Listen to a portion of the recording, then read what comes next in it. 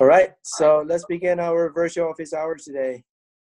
And the plan is I would like to go over this PDF file first, and then we'll go over the homework number 1. I think most of you have the correct answers, but just some really tiny mistakes here and there. First of all, as I said before, in exam 1, you're expecting 5 different questions. The first one is going to be velocity, position, and acceleration analysis, something very similar to these Q1 here. So Q1, we call this system as inverted pendulum. You can actually see this example in daily life almost every day. So one example is a Segway. So how to maintain the M2 in balance, that's the challenge for this type of system. So first of all, we have the M1 moving left and right, or moving horizontally in a constant speed, V. Yep. And then we know that M2 is rotating around this point. We name it as A, and then we name the M2 as point B. So this B is rotating around point A in a speed of theta dot. And then this theta dot is also in a constant, so no angular acceleration. So first we need to find the position of M2, or in this case, the position of B. And then we want to find the coordinate in Cartesian coordinate.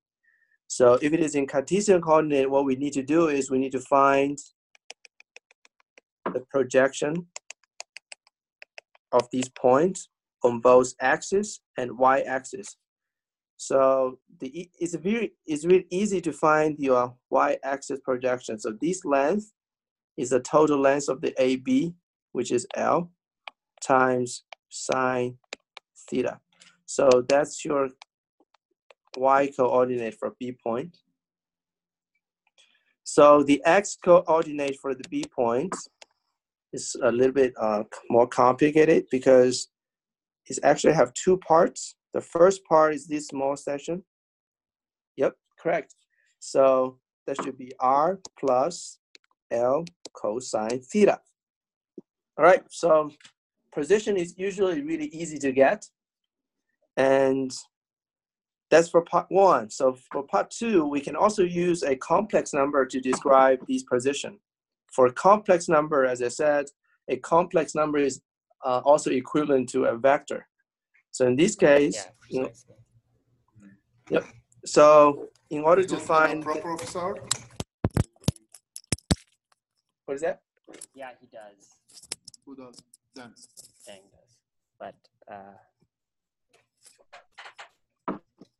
all right. Dr. Pacala doesn't really. I mean, you can go bother him whenever you want, but he prefers to just. All right. Do you have any technical issues?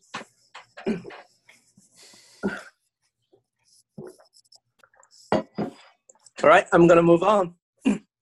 So OB, which is the final of position vector we want to find, is actually a summation of OA and AB, right? So as I said before, we need to find these position vector, but then it's really hard to get it in one shot. So that's why we use the triangular rule and then follow the OAB path. So that's it. So for OA, in this case, is a flat vector, right? So that means the length of this vector is R, and then the angle for that vector is 0 degree. Make sense? It's all flat.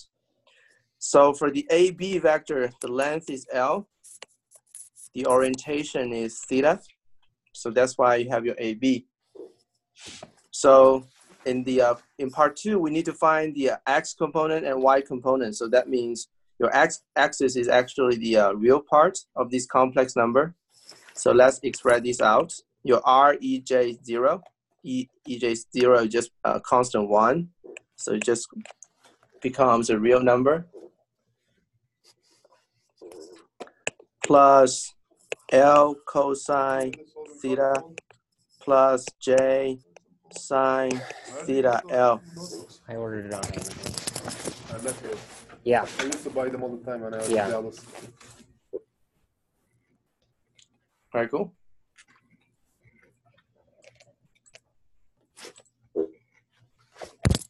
Yeah, I'm sure it's really simple. You know what might be happening? It might just be pushing on the motor shaft.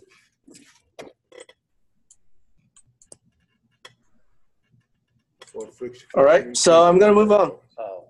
Right, just push it, you know. So the real part, which is here, so that's your x coordinate.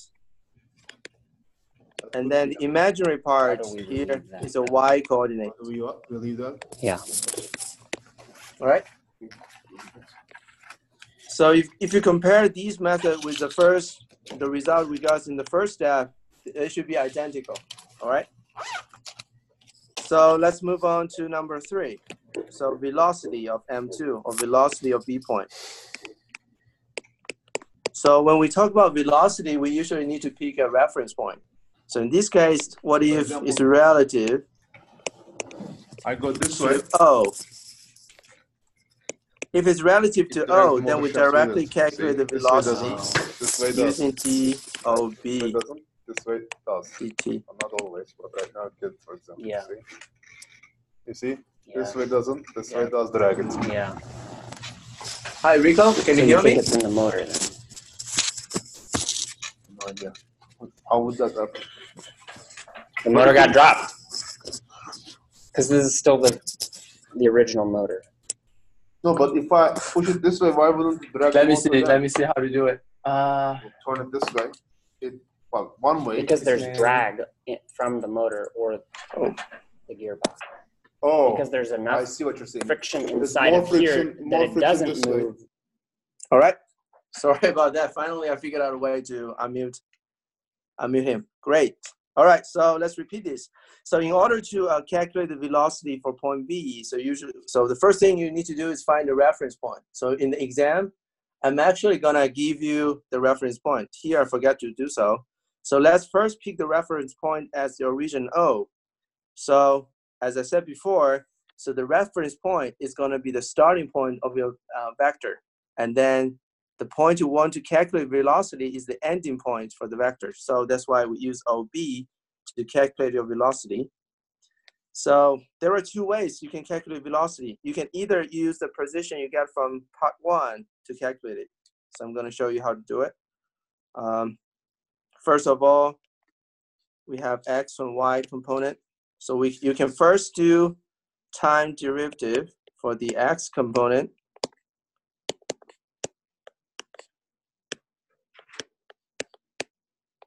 And then you can also, you need to do the same thing for the Y component. dl sine theta dt, right?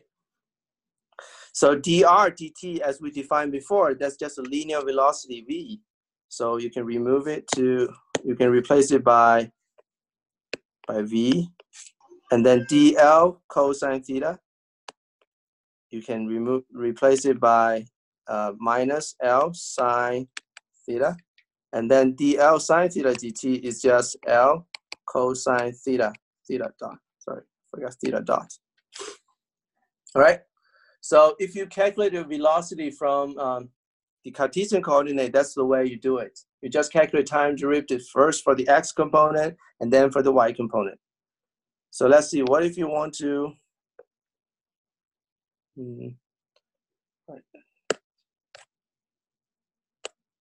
clear all. All right, so yes, in the exam, I allowed you to choose either Cartesian or imaginary. You just need to pick one.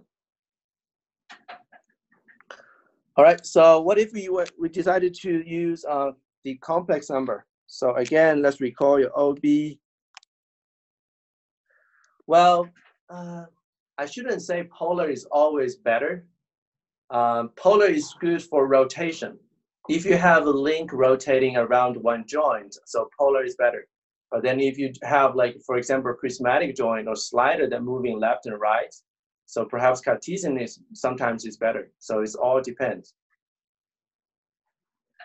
So all right, so your OB vector in this case is R plus LEJ theta. Let me change it back to the original color. So the V velocity is DOB dt. So again, you calculate dr dt, and then you have d L E J theta dt. Dr dt in this case is still V. Your dl E J theta, you can directly check my lecture 1 notes. It's just L J theta dot E J theta. So if you do want to find the x and y component, x component is just a real part for this. So that means your x coordinates is just real parts of V vector. And then your y coordinates is imaginary part. All right? So that's how you find the velocity along different directions.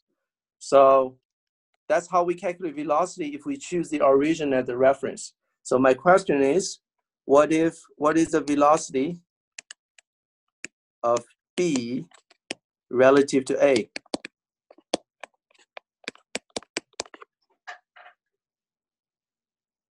So we already briefly talked about these in class, right? So if you choose A as a reference point, then the position vector we need to use is actually AB. So in this case, we need to calculate the velocity as DAB dt. So what is your DAB? So AB is only the second part, so you don't have the V in front.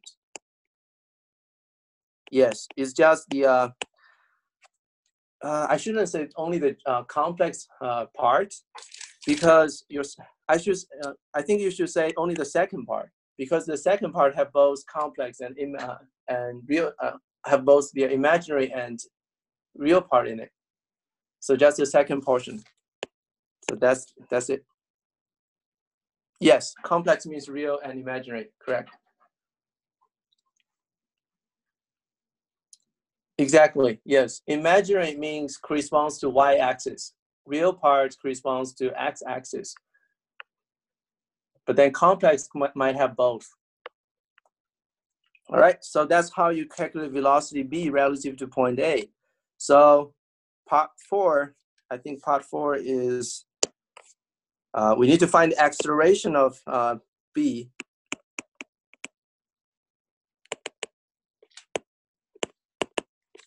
If it's an acceleration of B, again, we need to find the relative reference point. So in this case, let's calculate the acceleration relative to point O. So if it's relative to point O, again, we need to start our position vector from O. So we need to calculate the time derivative twice to get acceleration. You can also calculate one more time derivative for the velocity. So that's actually simpler. So we need to calculate dv dt plus d Lj theta dot Ej theta. So again, if you go back to the question, so the velocity is a constant. So that means the cart is moving to the right in a constant speed. So no acceleration at all. And then the second part actually have two components. You have to calculate it twice. Is Lj theta double dot Ej theta plus Lj theta dot square Ej theta. So again, the angular acceleration, angular speed is also the constant. So that's why your angular acceleration is 0. So in the end, what you have is minus L theta dot square Ej theta. So that means usually your acceleration expression will be really long. But if you have some constant acceleration terms in it, you can always, constant velocity terms in the system, then you can simplify it. All right, so that's for part 1. how to do position, velocity, and acceleration analysis. Again, for this case, if you want to calculate acceleration relative to A, then you have to change these AB vector to OB vector to AB vector. All right. So so that means in your exam, you have to pay close attention to the reference point.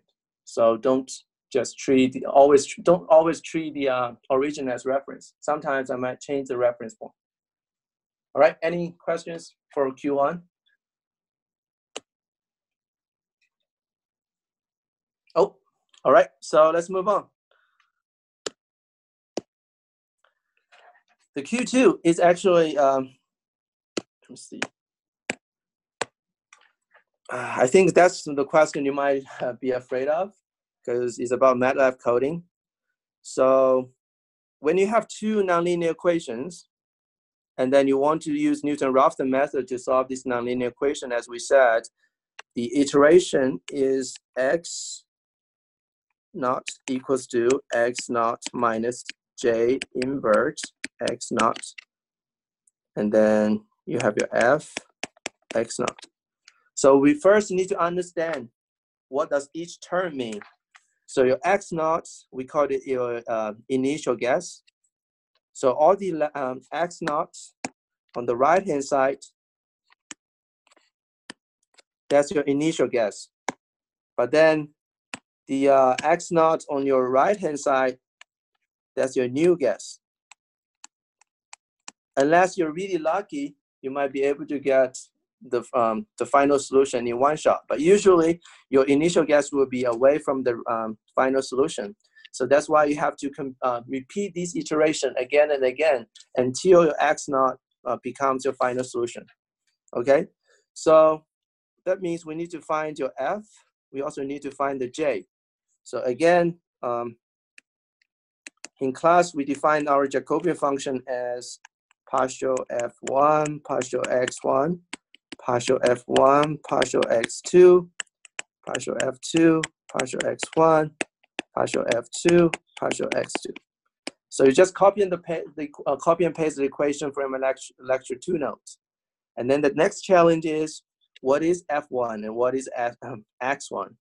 So usually, the way you name f1 and f2, they're you have the choice to label your f1 and f2.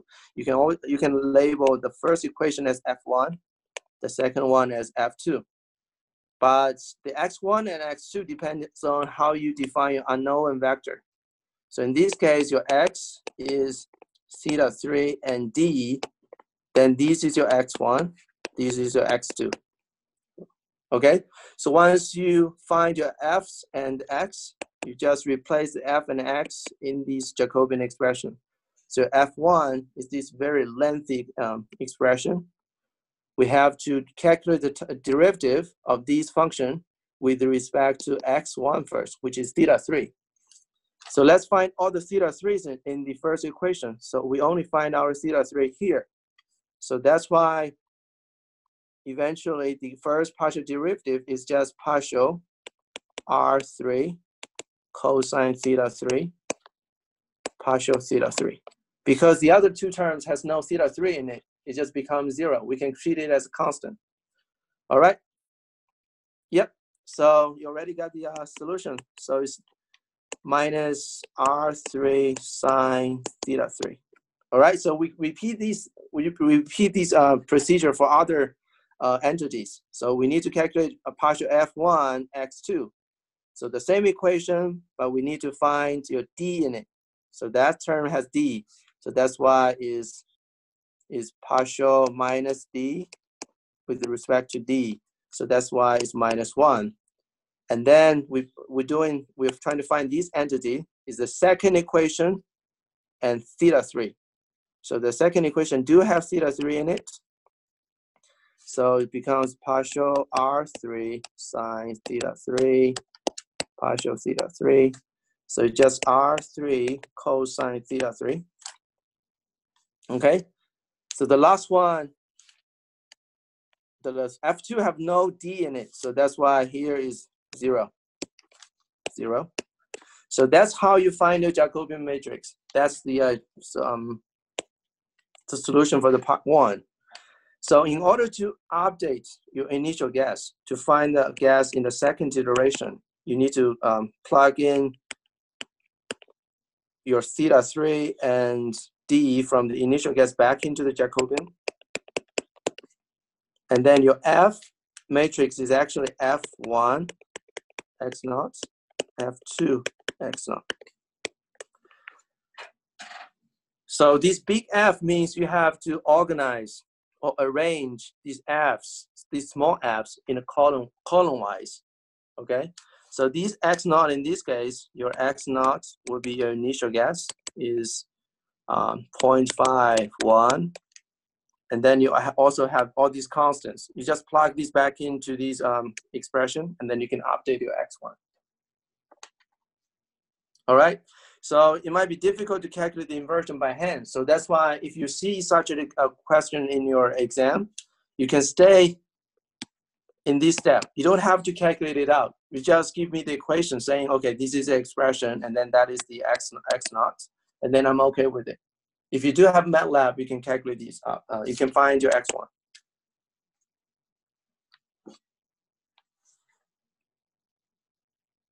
Oh, yes, yes, no problem. In my previous MATLAB codes, I used the Jacobian function from MATLAB to calculate, to solve for the first part. So if you know how to use Jacobian, then I'm also okay with it. Yes, you do got full credit. Even just give me this format.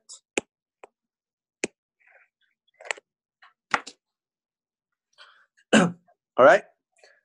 So let's move on to the homeworks.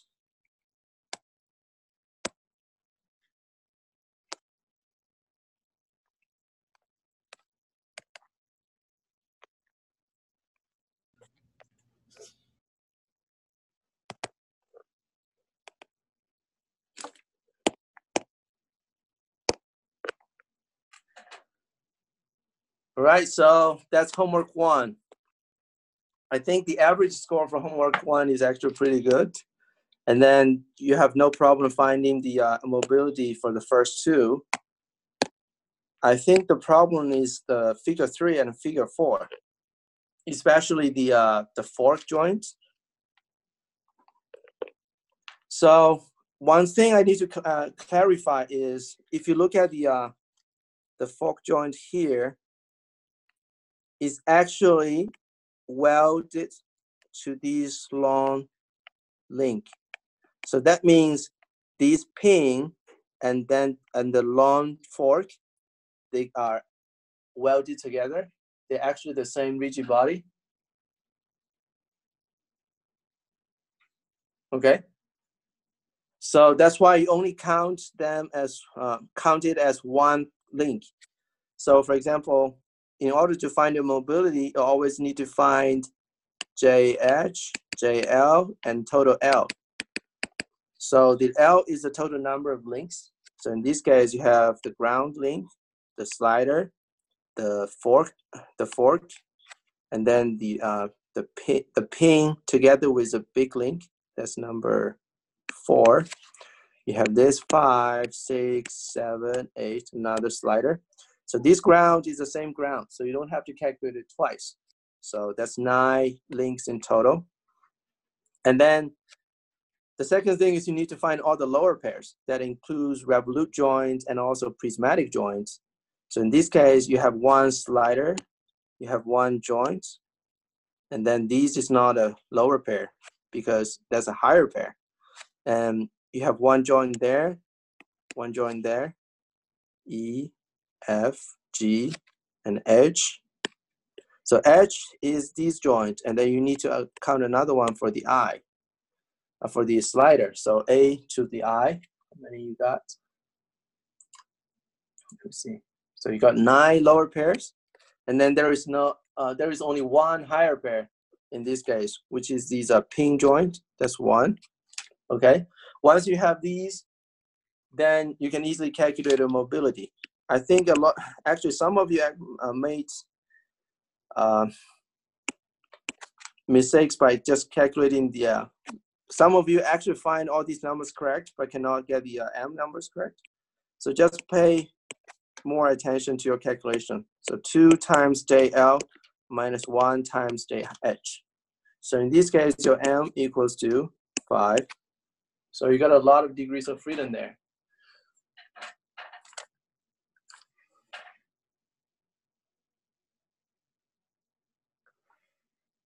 Oh, I see. Oh, I see. That's a good question. Yes. So it depends on how you treat link 2 as, so if you treat link 2 as,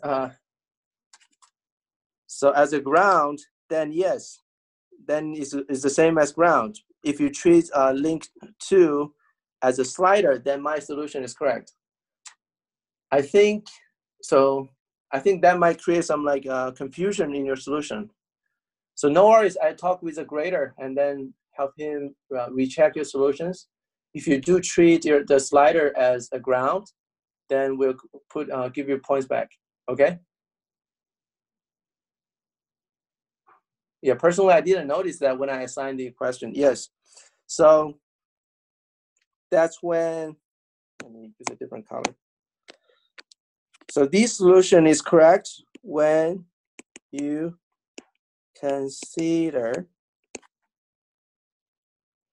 this as a slider.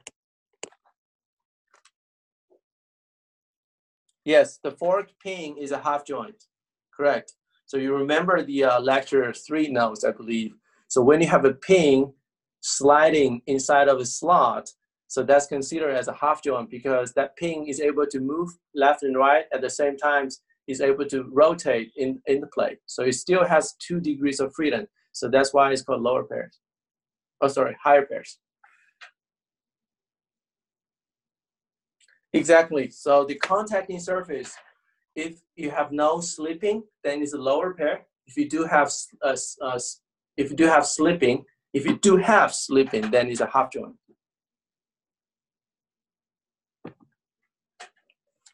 All right. So the same thing applies to figure 4. Let me write it down. If it's no slipping, then is a lower pair of full joint. If it has slipping, then is higher pair or half joint. Okay. So the way we determine if something is a full joint or half joint is from how many degrees of freedom it allows. So if that joint allows 2 degrees of freedom, then it's a half joint. If it allows 1 degree of freedom, then it's a full joint. So for example, if you have a two contacting surface, so if there is no slipping, then you only allow rotation. So that's why it's considered as a full joint. So if you do allow slipping, then it has both slipping and rotation. So that's why you have 2 degrees of freedom, and then it becomes a half joint.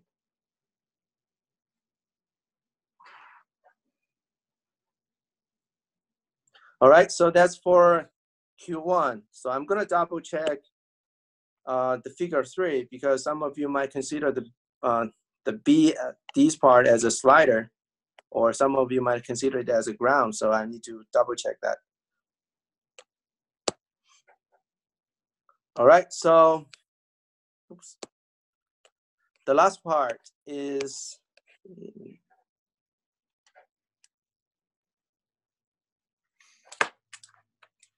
I think that is my mistake.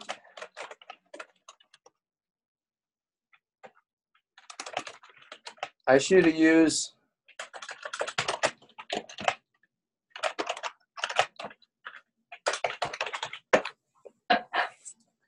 so this is my mistake. I should have used a better symbol. So that causes confusion. So I can guarantee you that that's not going to happen in your exam, okay? So Q2, that's super easy. I believe most of you got it correctly. And there are two things I need to point out. The first thing is when you measure the link length, as I said, for example, the ground link here, the L1, is actually the distance between these 2 points. Okay, so in order to find the length of a link, you just need to connect the 2 joints.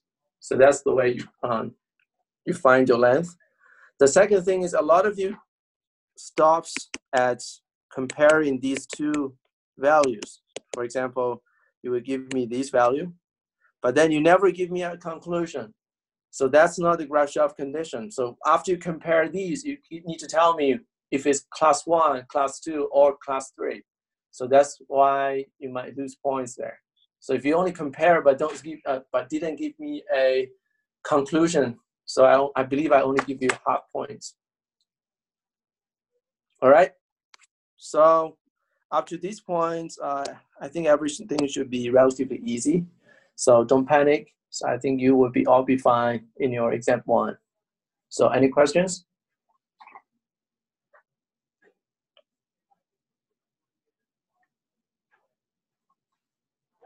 All right, great. So if you do have any questions, let me know. And you can find me in my office on Monday and just knock my door. Okay, cool, great. Have a good weekend.